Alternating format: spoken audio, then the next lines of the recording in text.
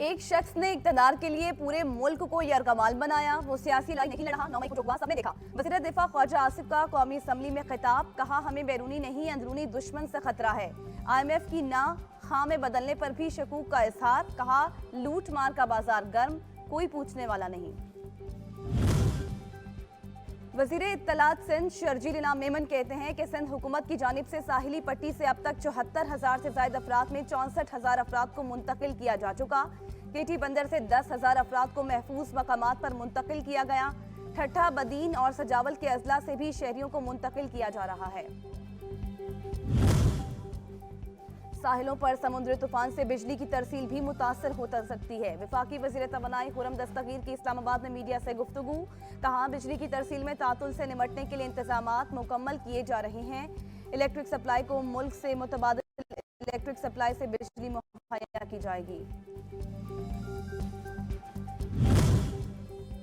बिखरा समुद्री तूफान सिंध बादलों से घिर गया आसमान। कराची में बादल बरस पड़े। अंदरूने सिंध कई शहरों में बारिशें बरसने को तैयार। तेज झक्कड़ भी चल पड़े। पानी साहिलों के करीब पहुंच गया। कल केटी बंदर पर टकराव का इम्कान। 13,000 नफूस की जानों को खतरा। माहीगीरों की बस्ती तक पानी पहुंच गया। साहिली पट्टी के मुतासरीन का इनखला जारी।